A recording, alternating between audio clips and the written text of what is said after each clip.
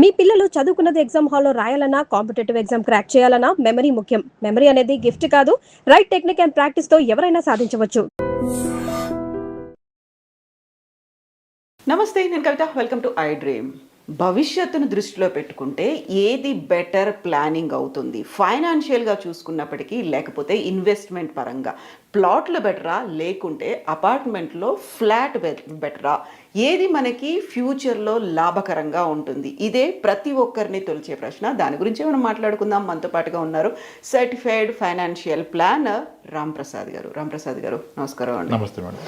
So యూజువల్గా ప్రతి ఒక్కరికి, నాట్ ఓన్లీ మధ్యతరగతి కావచ్చు, దిగువ మధ్యతరగతి, ఎగువ మధ్యతరగతి, ప్రతి ఒక్కరికి ఉండే డౌట్, దేంట్లో ఇన్వెస్ట్ చేసుకోవాలి? ప్లాటా, ఫ్లాటా? ఏం చెప్తారు మీరు? అసలు మీ ఒపీనియన్ ఏంటి చెప్పండి ముందుగా. సో యూజువల్గానే ఉండేది ఏంటంటే, ప్లాట్ అంటే మనకు ఉంటుంది ఎప్పటికైనా, తరతరాలుగా ఉండే ఒక ఆస్తి అంటారు. ఫ్లాట్ అంటేనేమో దానికి డిప్రిషియేషన్ వాల్యూ ఉంటుంది. 25-30 ఏళ్ళు దాటిన తర్వాత ఇంకా దాన్ని రీసేల్ వాల్యూ అనేది కూడా ఉండదు. మళ్ళీ మనం దాని మీద ఇన్వెస్ట్ ఎంత చేసినప్పటికి కూడా రిటర్న్లు మనకు రావు అనేది ఒక షెల్టర్ కోసం తీసుకుంటున్నాను అన్నది తప్ప. ఇంకా కారణం ఏంటి అపార్ట్మెంట్ పెరగకపోవడానికి? ఇంకా ఎందుకు పెరగదు అనేది. సో మనం లోన్లు కడుతూ ఉన్నాం, బ్యాంకర్ దగ్గర లోన్ తీసుకుంటున్నాం, ఎవ్రీ మంత్ మళ్ళీ మనమే పే చేయాల్సి వస్తుంది. సో మన ఓన్ ఇంట్లో మనం ఉన్న ఫీల్ కంటే కూడా బ్యాంకర్కి రెంట్ కడుతున్నాం అనే ఒక ఫీల్ ఒకటి ఉంటుంది. అంతేనా? అవునండి. ఇంకా చాలా ఉన్నాయి అబ్జెక్షన్స్, చాలా ఉంటాయి యూజువల్గా. అందుకే మనకి ఎందులో ఇన్వెస్ట్ చేయాలి అంటే మేజర్ అబ్జెక్షన్స్ ఒక 4-5 తీసుకుంటే, ఫస్ట్ థింగ్ అపార్ట్మెంట్ డిప్రిషియేషన్ అనేది అందరూ దానికి జాయిన్ వర్డ్ అయిపోయింది. అపార్ట్మెంట్ అంటే డిప్రిషియేషన్, దానికి లైఫ్ ఉండదు. Okay, perfect. డిప్రిషియేషన్ ఒకటి. నెక్స్ట్, లోన్ తీసుకుంటే ఇంట్రెస్ట్ ఎక్కువ కట్టేస్తాం. సెకండ్ది. థర్డ్, అపార్ట్మెంట్లో మీకు ల్యాండ్ షేర్ చాలా తక్కువ వస్తుంది. ల్యాండ్ కొంటే పెరుగుతుంది కదా, రిపేర్లు వస్తాయి. పాతది అయితే ఎవరు కొనరు, ఇవే కదా, దాని లైఫ్ స్పాన్ అయిపోద్ది, మళ్ళీ కట్టాల్సి వస్తుంది. ఇవన్నీ అబ్జెక్షన్స్. అందరు ఇవే చెప్తున్నారు, కానీ రియాలిటీ చెక్ చేస్తే ఇట్ ఇస్ ఎంటైర్లీ డిఫరెంట్. ఒక ప్లాట్ కన్నా, ఒక స్థలం కొన్న దానికన్నా ఒక అపార్ట్మెంట్ కొనడం చాలా రెట్లు బెటర్. ఎలా అంటే, ఫస్ట్ ఆఫ్ ఆల్ ఇప్పుడు అందరూ అన్నారు కదా, కాస్త పేషెన్స్గా, అంటే ఇన్నాళ్ళు అదే విన్నాం కాబట్టి నమ్ముతున్నాం. వి కాంట్ డినై, ఫిక్స్ అయిపోయాం. అందరూ చెప్పింది మనం నమ్ముతున్నాం. మనం ఎప్పుడైనా వెరిఫై చేసామా? నేను ఫస్ట్ రిక్వెస్ట్ చేసేది, మీరు బిఫోర్ మేకింగ్ ది స్టేట్మెంట్ అపార్ట్మెంట్కి డిప్రిషియేషన్ ఉంటుంది అన్నారు కదా, ఒక్క అపార్ట్మెంట్ డిప్రిషియేట్ అయింది హైదరాబాద్లో చూపించగలుగుతారా? ఒక 20 years బ్యాక్, 30 years బ్యాక్ కొనింది. ఓకే, అసలు ప్రతి ఒక్కరు ఇప్పుడు ఈ స్టేట్మెంట్కి జడ్జిమెంట్కి వచ్చింది ఎవరంటే, ఒకటి ఇంతవరకు కొననోళ్ళు ఒకళ్ళు వచ్చేసారు, రావడం వల్ల వాళ్ళ భవిష్యత్తుని వాళ్ళు ఇబ్బందులు పెడుతున్నారు. ఇంకోటి, కొన్న వాళ్ళు కూడా ఇదే స్టేట్మెంట్ ఇస్తున్నారు. 10 ఏళ్ల క్రితం, 20 ఏళ్ల క్రితం, 30 ఏళ్ల క్రితం హైదరాబాద్లో అపార్ట్మెంట్ కొన్నోళ్ళు చాలామంది ఉన్నారు ఈరోజు హైదరాబాద్. వీళ్ళందరూ కూడా ఈ స్టేట్మెంట్ ఇస్తున్నారు. అది చాలా బాధాకరం. అసలు ఫస్ట్ నేను రిక్వెస్ట్ చేసేది ఏంటంటే, ఎవరైనా హైదరాబాద్లో ఒక 20 years బ్యాక్ ఫ్లాట్ కొంటే ఆ రోజు ప్రైస్ ఎంత ఉండేది మేడం? ఇప్పుడు హార్డ్లీ ఒక 30-40 లక్షల్లో ట్రిపుల్ బెడ్రూమ్ ఫ్లాటే వచ్చేది. 20 ఏళ్ల క్రితం 30-40 చాలా ఎక్కువ. 2004లో నేను చెప్తాను ఎగ్జాంపుల్. 2004-05లో అప్సిగూడ స్ట్రీట్ నెంబర్ 8 ఒకటి అప్పుడు బాగా కన్స్ట్రక్షన్స్ అయినాయి. 2004 నుంచి చేసి 5లో హ్యాండ్ ఓవర్ చేశారు. ఆ రోజు అక్కడ ఏ ఫ్లాట్ కూడా మీకు 6 లక్షలకు మించి లేదు రేట్. 6 లక్షలకు మించి రేట్ లేదు. కొన్నోళ్ళు ఎవరిని ఉంటే కామెంట్స్లో పెట్టచ్చు. అందరూ వాళ్ళ యొక్క ఎక్స్పీరియన్స్ని కామెంట్స్లో పోస్ట్ చేస్తే విషయం అర్థమవుద్ది, కంక్లూజన్కి రాకుండా.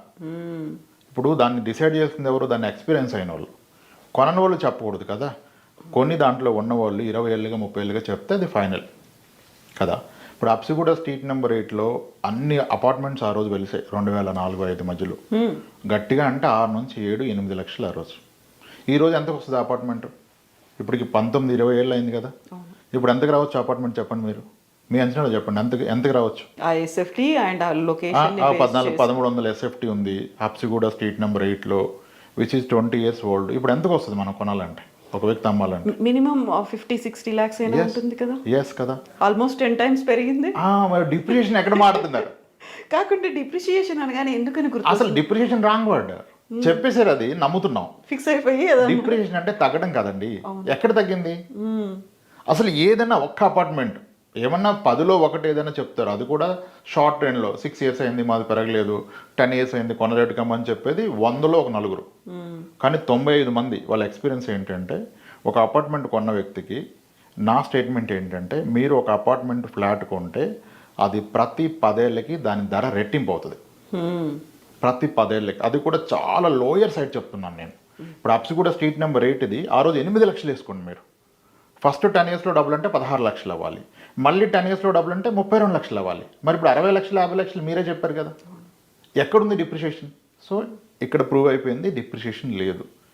ఎవరినైనా అంటే ప్రాబ్లం ఏంటంటే ఇప్పటివరకు కొన్నోళ్ళు కామెంట్స్ పెడుతున్నారు కంక్లూజన్, కానీ ఇప్పుడు ఎక్స్పీరియన్స్ ఉన్న వాళ్ళ ఎక్స్పీరియన్స్ షేర్ చేస్తే మనకు విషయం తేలిపోద్ది. అలానే అంటారు. ఇప్పుడు నా దగ్గరకు వచ్చిన చాలామంది క్లయింట్స్ డిప్రిషియేషన్ అంటారు. సార్ మీరు ఎప్పుడు కొన్నారు? సార్ మేము 2006లో కొన్నాం. ఎంత కొన్నారు? సార్ మేము 11 lakhs కొన్నాం. ఇప్పుడు ఎంత వస్తుంది? 75 lakhs అమ్మారు సార్ మొన్నే. కళ్ళ ముందు కనిపిస్తుంది. డిప్రిషియేషన్ ఎక్కడ ఉంది అంటే అందరూ అలాగే అంటారు కదా సార్, ల్యాండ్ అయితే ఎక్కువ పెరుగుతుంది, ల్యాండ్ షేర్ తక్కువ వస్తుంది అని. అసలు మీరు అపార్ట్మెంట్లో అందరి లాజిక్ ఏంటంటే, రాంగ్ లాజిక్ ఏంటంటే, మీకు స్థలం కొంతే వస్తుంది, మీరు కొంటున్న ₹1,00,00,000 స్థలానికి 30 లక్షలు పోతే 70 లక్షలు కన్స్ట్రక్షన్కే పోతుంది, ఈ కన్స్ట్రక్షన్కి వాల్యూ తగ్గుతుంది కదా గోయింగ్ ఫార్వర్డ్ అన్నారు. ఎందుకు మీరు సపరేట్ చేస్తున్నారు? మీరు అమ్మితే యాజ్ అన్ అపార్ట్మెంట్ ఫ్లాట్గా అమ్ముతున్నారా, స్థలం గోడలు విడగొట్టి అమ్ముతున్నారా? అపార్ట్మెంట్ ఫ్లాట్గానే కదా అమ్ముతున్నాం. యాజ్ అ ఫ్లాట్గా మీరు ఎంత కొన్నారు, యాజ్ అ ఫ్లాట్గా ఎంత వస్తుంది? ఇది మొదటి point. Next point, second hand flats ఎవరు కొంటారంటారు.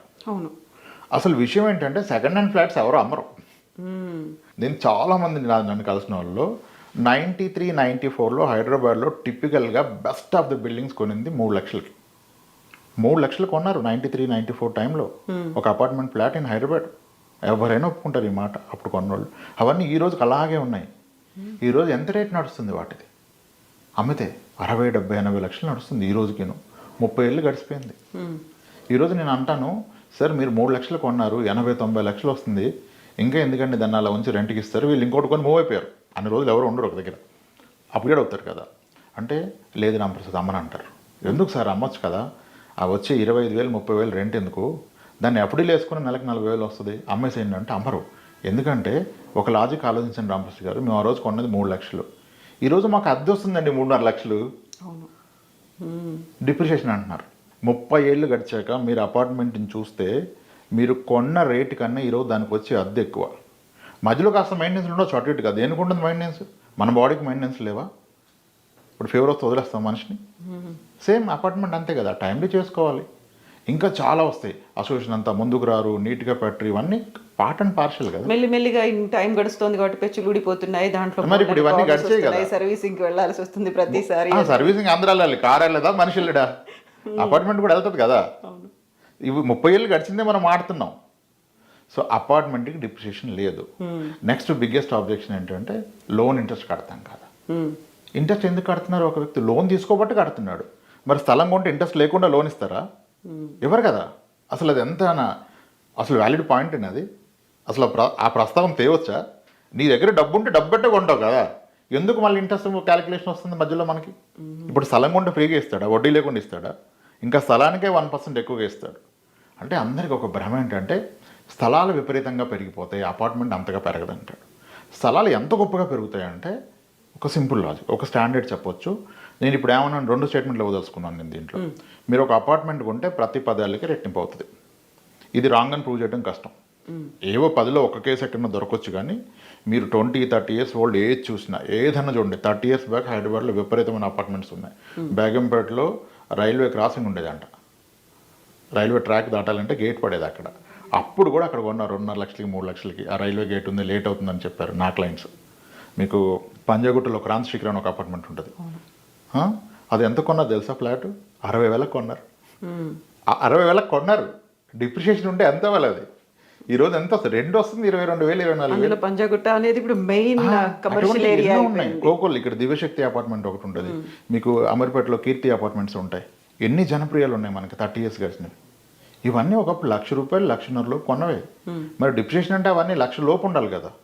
ఇప్పుడు అంటారు ఆ ఇన్ఫ్లేషన్ ఒకటి ఉంది కదా పెరిగినా, అప్పుడున్న 1,00,000 ఇప్పుడున్న 60 లక్షలు ఒకటే కదా అంటారు. మరి అది అన్నిటికీ అప్లికేబుల్ కదా. మీ స్థలం పెరిగినా అంతే కదా, పొలం పెరిగినా అంతే కదా, బంగారం పెరిగినా అంతే కదా. అంటే ఎందుకో ఒక పార్షియాలిటీ. అపార్ట్మెంట్ అంటే దాన్ని సప్రెస్ చేసేయడం తెలుసుకున్నారు అందరూ. అంటే మెల్లిమెల్లిగా కట్టడాలకి కన్స్ట్రక్షన్కి లైఫ్ వాల్యూ తగ్గిపోతుంది అనే ఫీలా? ఎందుకు అలా తగ్గిపోతుందంటే రేట్ పెరిగింది కదా, ఇంకెక్కడిది? ఆ లాజిక్కే తప్పు. ఎస్, కమింగ్ బ్యాక్, స్థలం కొంటే ఏమవుతుంది? నేను ఒక స్టేట్మెంట్ ఇవ్వదలుచుకుందంటే, ఒక స్థలం కొని అన్నీ కలిసి వస్తాయి. మీరు ఒక వెంచర్లో కొన్నా, సిటీ మధ్యలో కొన్నా, ఒక స్థలం అనేది ప్రతి 6 ఏళ్ళకి రెట్టింపు అవుతుంది. 6 ఏళ్ళకి రెట్టింపు అయితే అందరూ హ్యాపీనే, 6 ఇయర్స్కి రెట్టింపు అయితే హ్యాపీనే. 6 ఇయర్స్కి డబుల్ అయితే ఎంత పర్సెంటేజ్ అనగానే అందరూ 100% పెరిగింది కదా అంటారు. అలా 6 ఇయర్స్కి 100 చెప్పకూడదు కదా. వడ్డీ అనేది పర్ ఇయర్ ఎంత లెక్క చేయాలి, అంతే కదా. మరి 6 ఏళ్ళకి 100% పెరిగితే ఇయర్లీ ఎంత అంటారు? మీరైతే ఎంత అంటారు చెప్పండి, నేను క్యాలిక్యులేట్ చేస్తాను, లాజిక్ చెప్పండి. 6 ఇయర్స్కి 100 అంటే పర్ ఇయర్ ఎంత? వెంటనే 100/6 కొడతారు, అది తప్పు. 100/6 కొడితే 16.6 వస్తుంది, విచ్ ఈజ్ రాంగ్. ఇదేమి 6 మామిడికాయలు 100 రూపాయలు అయితే మామిడికాయ రేటు కాదు కదా, వడ్డీ రేటు. వడ్డీ రేట్లో చక్రవడ్డీ కట్టాలి. మీకు ఫస్ట్ ఇయర్ పెరిగిందనేది మళ్ళీ వడ్డీ రావాలి కదా.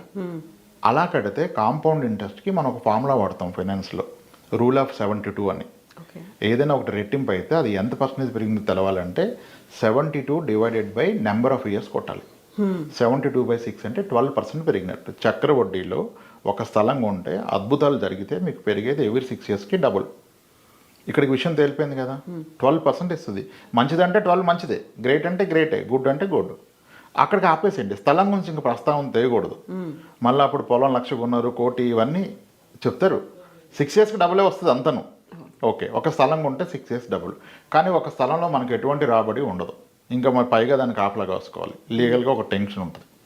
సరే ఇప్పుడు తగ్గే రేరాలు ఇవన్నీ వచ్చి ఓకే, స్థలం అయిపోయింది. ఇప్పుడు అపార్ట్మెంట్ 10 ఇయర్స్లో డబుల్ అన్నాను. 10 ఇయర్స్లో డబుల్ కానీ అపార్ట్మెంటే చూపించలేరు మీరు. మళ్ళీ అంటారు ఏరియాని బట్టి. ఏరియాని బట్టి కాదు, ఏరియాని బట్టి మీరు కొనే రేటు కూడా ఉంటుంది కదా. ఇప్పుడు మనకి ప్రైమ్ లొకేషన్లో డబుల్ బెడ్రూమ్ 1 కోటి రూపాయలు, కాస్త ఇంటీరియర్కి వెళ్తే ట్రిపుల్ బెడ్రూమ్ 1 కోటి రూపాయలు. 10 ఇయర్స్ తర్వాత ఈ కోటిది 2 కోట్లు అవుతుంది, అది 2 కోట్లు అవుతుంది. సో ఏరియాని బట్టి మీరు కొనే ప్రైస్ ఉంటుంది. ఏ ఏరియా అయినా ఎక్కడైనా ఎవ్రీ 10 ఇయర్స్కి డబుల్ అవుతూ పోతుంది అపార్ట్మెంట్. 10 ఇయర్స్కి డబుల్ అంటే ఎంత పర్సెంటేజ్ పెరిగినట్టు? ఇందాక అనుకున్న రూల్ ప్రకారం 72/10 అంటే 7%లో అపార్ట్మెంట్ గ్రో అవుతుంది కదా. 7%లో అపార్ట్మెంట్ గ్రో అవుతుంది. మరి ఇది 7 కదా, స్థలానికి 12 చెప్పారు కదా మీరు. అపార్ట్మెంట్ తక్కువ అంటే అది తప్పు. ఎందుకంటే ఒక అపార్ట్మెంట్లో మనకంటూ రెంట్ వస్తుంది, మరి రెంట్ కలపాలి కదా. ఈరోజు టిపికల్గా హైదరాబాద్లో ఎవరైనా అది సెకండ్ హ్యాండ్ కానీ కొత్తది కానీ 1 కోటి రూపాయల ఫ్లాట్ కొన్న పక్షంలో, వాళ్ళు ఉండని పక్షంలో 25,000 రెంట్ గ్యారంటీ. నేను లోయర్ సైడ్ చెప్తున్నాను, 32 వచ్చేవాళ్ళు ఉన్నారు. నెలకి 25,000 అంటే సంవత్సరానికి ఎంత? 3 లక్షల రూపాయలు. 1 కోటి రూపాయల పెట్టుబడి మీద 3 లక్షలు వస్తుందంటే 3% వచ్చినట్టే కదా. అప్పుడు ఈ 3 తీసుకెళ్ళి ఆ 7 కలపాలి కదా, పెరుగుతున్న 7కి 10 అవుతుంది. 10 కూడా తక్కువే కదండి, మీరు ప్లాట్ 12 అని మీరే చెప్పారు కదా అనే ప్రస్తావన వస్తుంది. కానీ ఈ రెంట్ 25,000 అలానే ఉండదు, రాబోయే 10 ఏళ్ళలో రెంట్ పెరిగి రెట్టింపు అవుతుంది. ఎవ్రీ ఇయర్ పెంచే వాళ్ళు కూడా ఉన్నారు. పెంచాల్సిందే కదా, మరి ఇన్ఫ్లేషన్ పెరుగుతున్నప్పుడు ఎలా? మనం ఇప్పుడు యాజ్ ఎ టెనెంట్ ఏమో పెంచుతున్నాడు అంటాం, యాజ్ ఎ ఓనర్ ఏమో నేను ఇంత ఈఎంఐలు కట్టేస్తాను, పెంచకపోతే ఎలా, నా ఖర్చులు పెరిగిపోయి అంటాడు. ఇప్పుడు ఒక రిటైర్డ్ సీనియర్ సిటిజన్ ఈ రెంట్ మీద బ్రతికినప్పుడు మరి ఆయన ఖర్చులు పెరుగుతాయని పెంచాలి కదా కదా. సో కాబట్టి నేనేమంటున్నానంటే 25,000 రెంట్ 10 ఏళ్ళలో పెరిగి రెట్టింపే అవకాశం ఉంది. సో యావరేజ్ రెంట్ 3 కాకుండా డబుల్ తీసుకోవచ్చు, 5% తీసుకోండి, సరే 6 వద్దు. కొంతమంది కట్టగానే కొనగానే కూడా 5% వస్తుంది. 5% రెంట్ వస్తుంది, 7% అప్రిసియేషన్. 7 + 5 = 12. అంటే స్థలము 12, అపార్ట్మెంట్ 12. మరి 2 12 అయితే ఏది బెస్ట్? డెఫినెట్గా అపార్ట్మెంట్ బెస్ట్. ఎందుకంటే ఇప్పుడు ఒక వ్యక్తి 1 కోటి రూపాయలు పెట్టి ఒక ప్లాట్ కొన్నారండి, ఇంకో వ్యక్తి 1 కోటి రూపాయలు పెట్టి అపార్ట్మెంట్ కొన్నాడు. వీళ్ళిద్దరు ఇన్వెస్ట్మెంట్ కొరకు కొన్నారు. మొదటి ఇల్లు ఉన్నాయి, సొంత ఇల్లు ఉన్నాయి, లోన్ ఉందో అయిపోయిందో పక్కన పెడితే ఇప్పుడు ఇద్దరి దగ్గర 1 కోటి ఉంది, బోనస్ వచ్చింది, ఏదో డబ్బులు వచ్చాయి, 1 కోటి పెట్టుకున్నారు. 1 కోటి రూపాయల స్థలం కొన్న వ్యక్తికి ఏమొస్తుంది? ఏమీ రాదు. ఏదైనా లీగల్ ఇష్యూ వస్తే హార్ట్ అటాక్ వస్తుంది, బీపీ వస్తుంది, అంతే, ఇంకేం రాదు. అపార్ట్మెంట్లో లీగల్ ఇష్యూ వచ్చే అవకాశం చాలా తక్కువ, అసలు రాదు. ఇప్పుడు ఏదో కొంతగా నడుస్తుంది కానీ అది వదిలేస్తే లేదు కదా. 1 కోటి రూపాయల అపార్ట్మెంట్ కొన్న పక్షంలో మీకు నెలకి 25,000 వస్తుందిగా.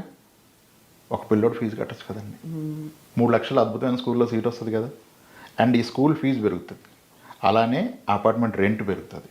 అంటే మీ పిల్లోడిని +2 వరకు చదివిస్తుంది ఒక అపార్ట్మెంట్. 1 కోటి రూపాయలు పెట్టుకొని ఆ అద్దెని కనుక మీ అబ్బాయి చదువుకో పాప చదువుకో అటాచ్ చేస్తే చదివిస్తుంది. తీరా హైయర్ ఎడ్యుకేషన్ వచ్చాక ఒక మంచి ప్రీమియర్ ఇన్స్టిట్యూట్కి వెళ్తాడు అంటే ఈరోజు ఒక 30 లక్షలు, ఒక 18 ఏళ్ళ తర్వాత ప్రాబ్లీ అదొక 1,20,00,000, 1,50,00,000 అవుద్ది.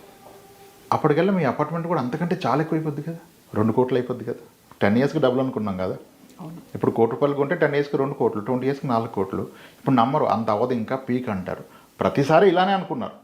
93లో 3 లక్షలు కొన్న వ్యక్తి 1 కోటి రూపాయలు వద్దనుకున్నాడా? 50 లక్షలు ఊహించాడా? ఎవరు ఊహించలేదు కదా. సో ఇది పెరుగుతుంది.